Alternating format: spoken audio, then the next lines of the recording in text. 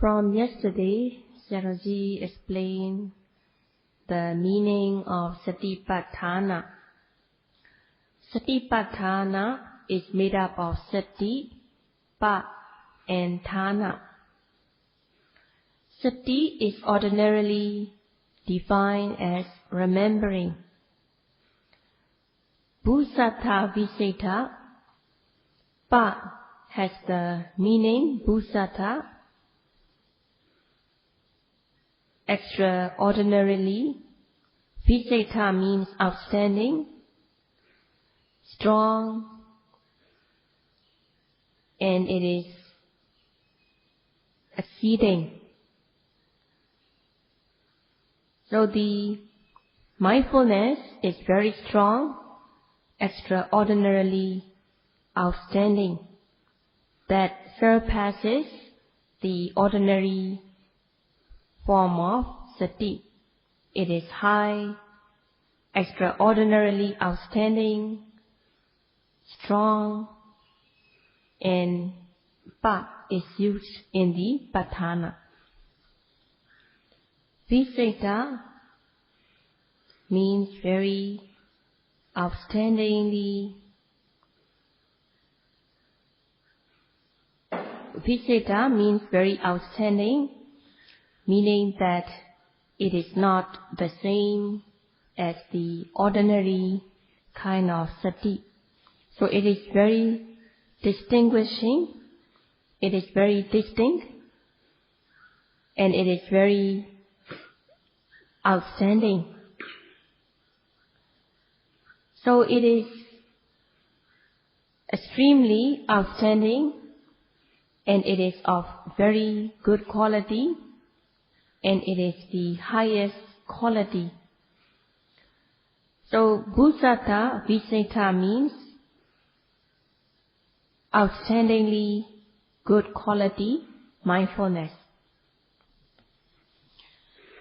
Thana means firmly established. It does not move, but it is firmly established on the object without any break, without any gaps, without any spaces in between the mindfulness. It is continuous. Thati upathati pavatati. The mindfulness is continuous, just like a stream of current. In the stream of current, the old water and the new water are continuous, and it is a continuous flow of water. Patthana is the outstandingly good quality mindfulness that is firmly established on the object, that is continuous, just like a stream of current. Pakhandana. In the term Pakhandana, Pa is the extremely good quality mindfulness that surpasses the ordinary mindfulness. Among the four fields of objects, Kaya, Vedana, Citta, and Dhamma, there are freshly new arising objects. And in order to note the freshly new arising object, the sati mindfulness should be of outstandingly good quality. In order that the mindfulness should be outstandingly good quality, there should be Paṇḍitā Pavatati. The mindfulness should sink into the object that arises freshly new. Whatever object that arises, mindfulness should be continuous, and mindfulness should continuously sink into the object. There are three kinds of speed: slow speed, regular speed, fast speed. When noting the object, The mindfulness should not be slow, it should not be of regular speed, but there should be pakhandana, rushing into the object at fast speed. In order that the mindfulness should be outstandingly good quality, the mindfulness should be in fastest momentum. And there will be bhusata viseta, outstandingly, extraordinarily, outstanding, good quality mindfulness. So, in order to have extraordinarily outstanding mindfulness, one should not be slow in noting the object. If there is no activeness, the mindfulness will not be extraordinarily outstanding mindfulness. And without ardent effort, the mindfulness will not be good quality mindfulness. The person should always be active, alert, ready in noting the object, so that there will be extraordinarily outstanding quality mindfulness continuously. Paṭṭhritva pavadati, the mindfulness should cover and spread onto the entire object, and the mindfulness should be continuous. So it is the meaning of satipatthana. By practicing without stopping, the meaning of satipatthana will be understood through the practice. In order to have extraordinarily outstanding, good quality mindfulness that is continuous, just like a stream of current, it is important to exert effort in the practice. As soon as the object arises, the mind should stick into the object. The noting mind should enter the object in great momentum, grabbing hold of the object in the noting, and there should be ardent effort. With ordinary effort, one cannot do so. There should be atapa, ardent effort. So one should not be cold, sluggish. One should not be slow in the noting, but there should be ardent effort. Ardent effort supports the good quality mindfulness. In order that mindfulness should be good, there should be faith and confidence in the practice. Having faith and confidence in the practice, there will be strong will to practice, and the person continuously exert effort in the practice. In order to have strong will in the practice, there should be faith and confidence. One should have faith and confidence in the practice, Satipatthana practice. There should be faith and confidence on the virtues of the Buddha. There should be faith and confidence in the ability of the teacher, and also one should also rely on one's own ability. If there is less faith and confidence, the will not be as strong, and one will not be able to practice diligently, and his or her mindfulness will not be good quality. One should listen attentively on the benefits of Satipatthana practice. One should learn the benefits as well as the way to practice by discussing, reading books, listening to the talk. When reading, One should not just read like reading the newspaper, but one should learn respectfully, deeply, thoroughly the benefits of Satipatthana practice. Learning the benefits of Satipatthana practice in theory, one will understand the virtue of the Dhamma. Understanding the virtue of the Dhamma, one will have the strong will in order to gain these virtues, and one will practice with diligent effort so that effort gains momentum, and there will be Satipatthana, there will be extraordinarily, outstandingly good quality mindfulness. When there is extraordinary, outstanding quality mindfulness, Khanika Samadhi, momentary concentration, will also be continuous, just like a stream of current. In this way, the mental strength will be strong in every way.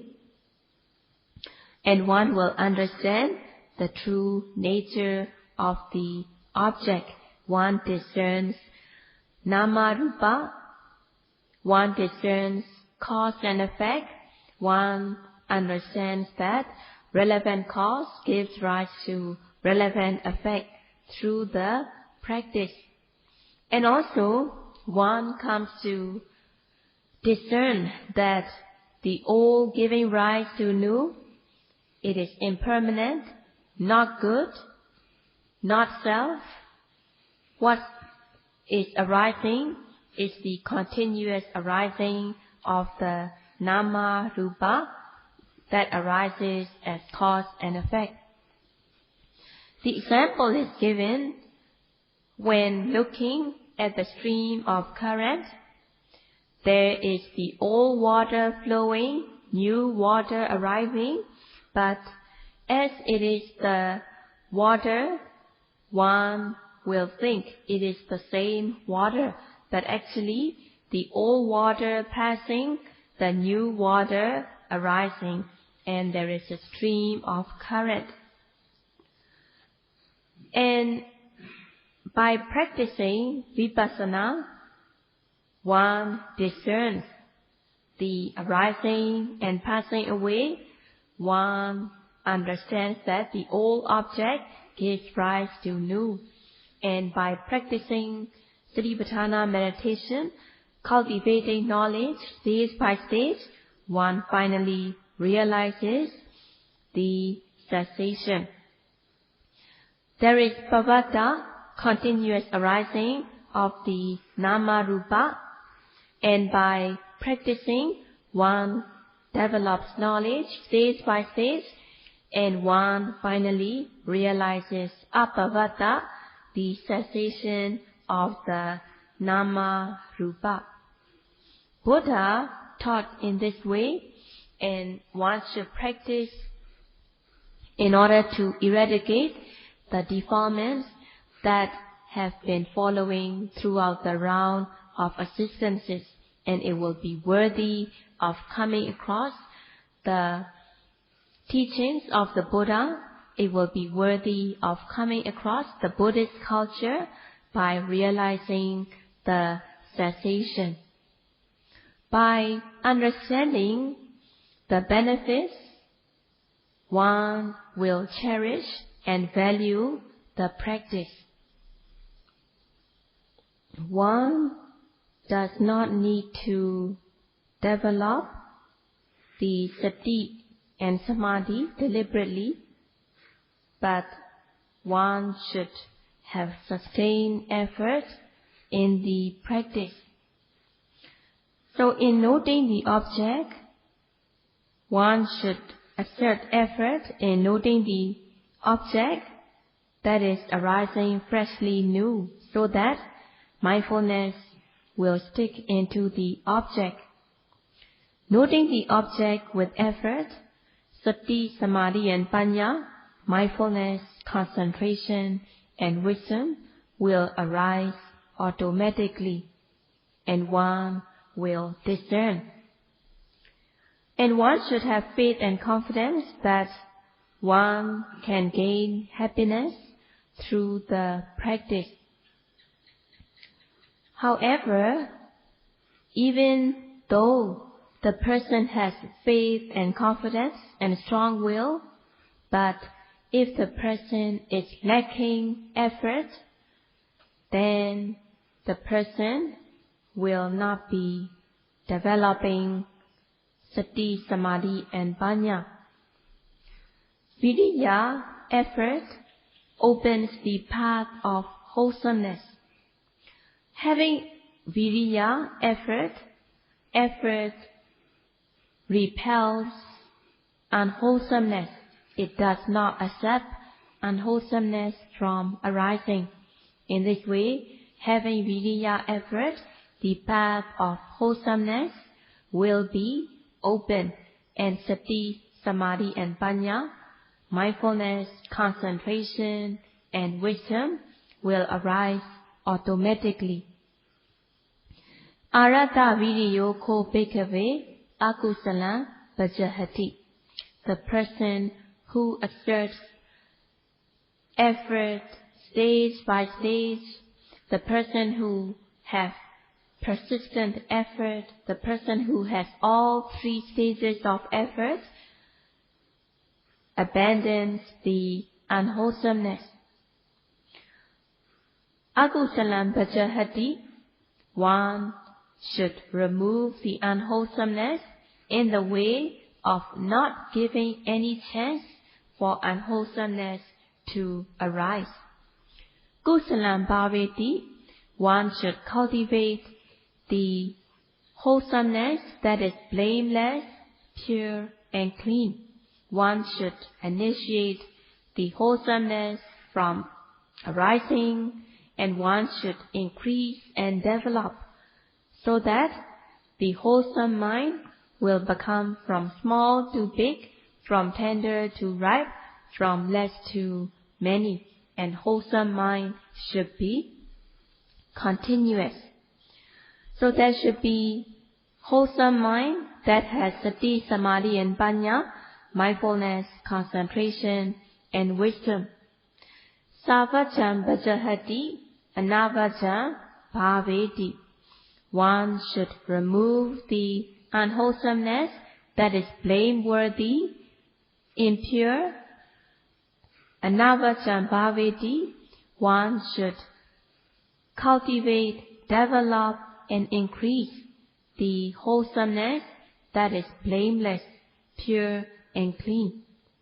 As much one exerts effort in the practice, the noting mind will be direct or face-to-face with the object, and the wholesomeness that has sati, samadhi, and panya, mindfulness, concentration, and wisdom arise. The wholesomeness purifies one's life. So it is very important to have effort continuously so that one will be cultivating sati, samadhi, and panya, mindfulness, concentration, and wisdom. And one will be removing priyuttana kilesa, obsessive defilements. Cultivating knowledge, the defilements will get weaker and weaker, and wrong views will also be removed by cultivating knowledge. As much there is mindfulness, the defilements get weaker and weaker, and by realizing the path knowledge, one eradicates the defilements totally to the point of no return.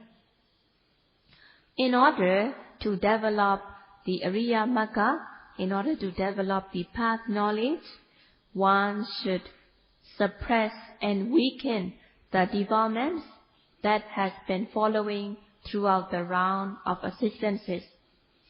The defilements that have been weakened through the development of Vipassana knowledge, these defilements will totally be removed by realizing Nibbana, by attaining the path knowledge. The transgressive defilements should be prevented from arising. One should refrain from wrongdoings so that transgressive defilements are overcome. The obsessive defilements that can arise in the mind should be prevented and cured. The latent, dormant defilements should be weakened and it should be uprooted. By practicing the three trainings, Sila, Samadhi and Panya, one will be cultivating wholesomeness and one's quality will be uplifted. The person will become true human, the person will have humane mind, and the person will become outstanding human. The Dhamma uplifts the practitioner so that the person will not be inferior or degraded. So it is the quality of Dhamma saving, protecting, supporting the person who practices so that he or she will not be degraded, but he or she will be uplifted.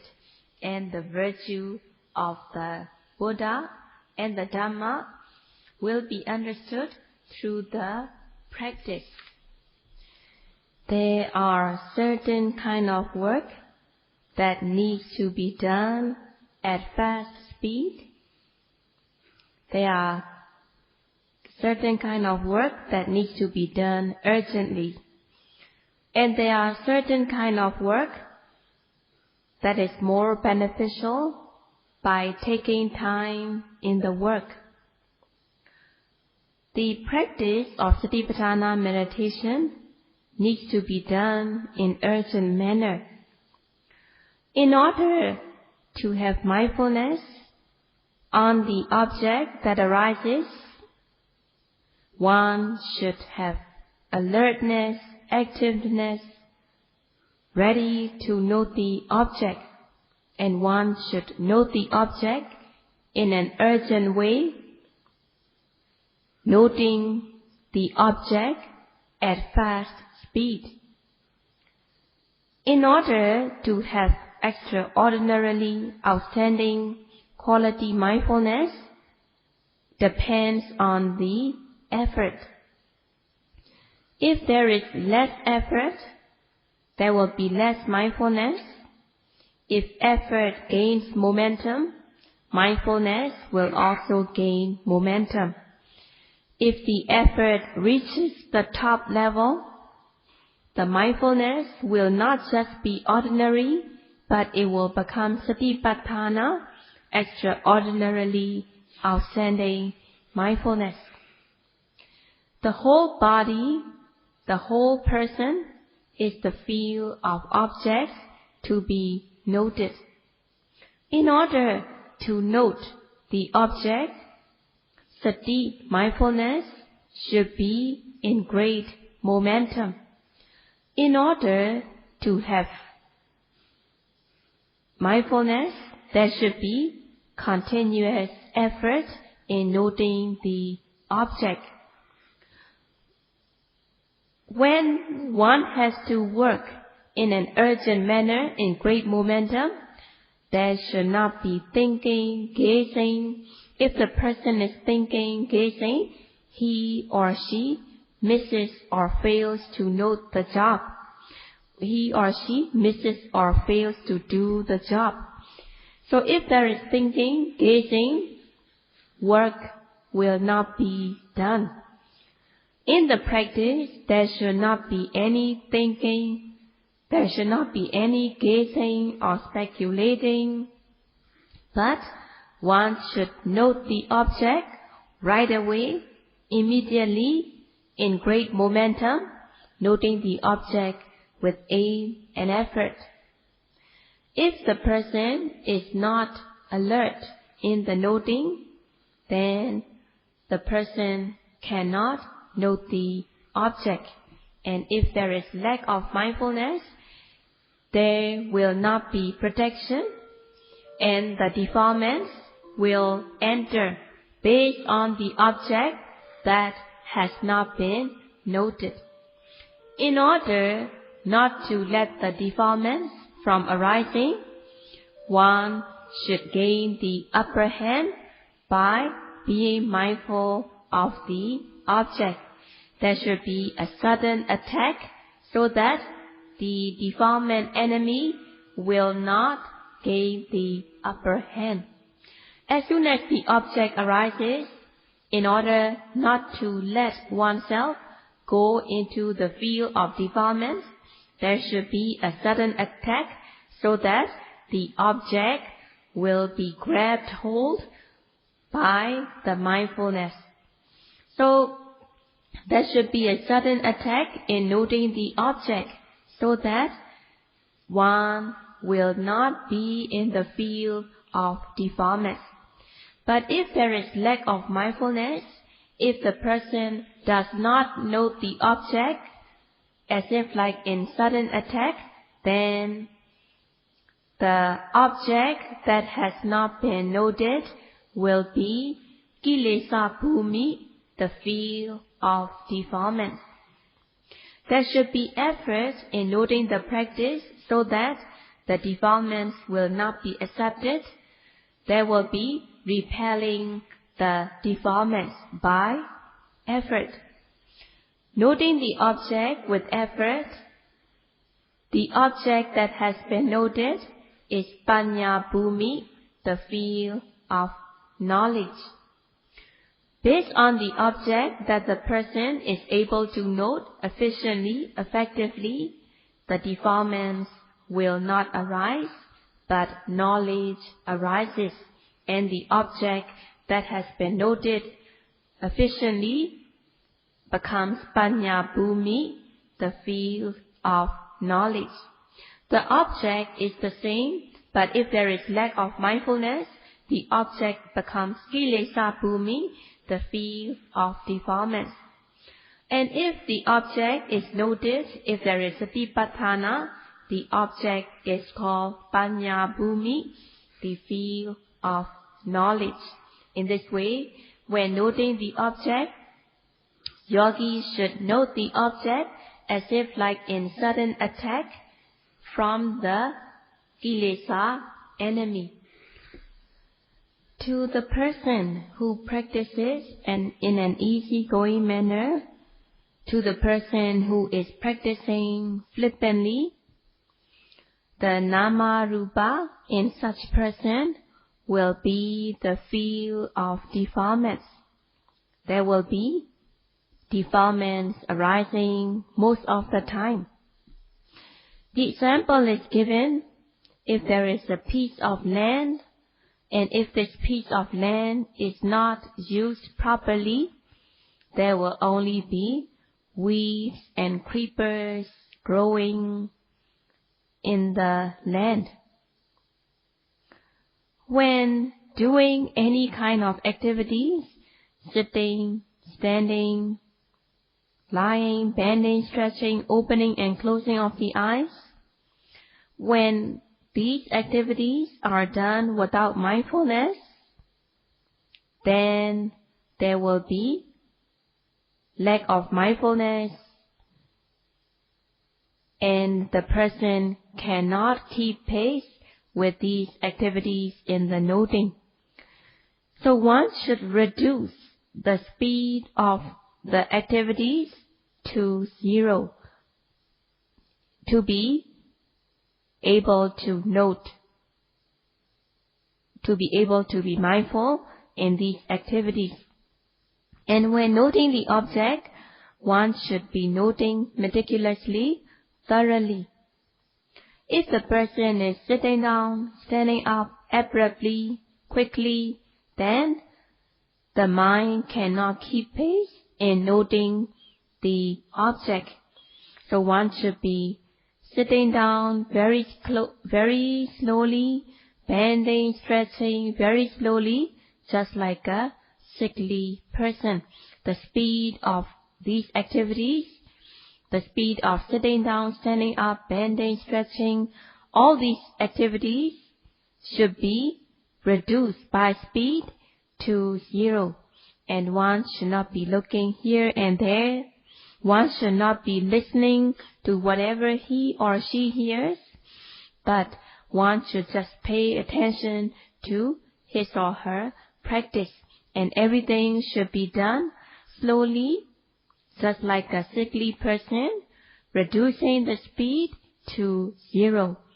If the person is not reducing the speed of his or her activities, the person cannot follow to note these objects, and there will be moha, delusion, and the mind becomes unruly. There is lack of moral shame, lack of moral fear. There is ahirika, anuttapa from these defilements, and the person's life will be ruined. It is important not to let the mind be distracted. It is important not to have distraction, not to have scattering of the mind. If there is lack of mindfulness, moha, delusion, ahirika, lack of moral shame, anuttapa, lack of moral fear arises every moment, there is lack of mindfulness. So if the person is noting the object with effort, there will not be delusion. There will be moral shame and moral fear from wrongdoing. As much the mind is sticking onto the object, there will not be distraction. Samadhi and panya, concentration and knowledge, will be cultivated. When the person is able to note the object effectively, efficiently, knowledge arises. Knowledge arises based on the object that the person is able to note efficiently. Just as when the piece of land has not been used properly, there will be weeds and creepers growing. If the person does not use himself, herself in a proper way, there will be defilements arising, just like the growing of the weeds and creepers. So it is very important to have effort in the practice. Apart from sleeping hours, yogi should continuously exerting effort in noting the object. And time is very precious. It is very important to make use of the time wisely by noting the object with aim and effort continuously with sustained mindfulness, so that one will be getting the benefits of practice. So Sayadaw strongly encourages to make use of this precious time meaningfully by noting the object with aim and effort. And this will be all for today.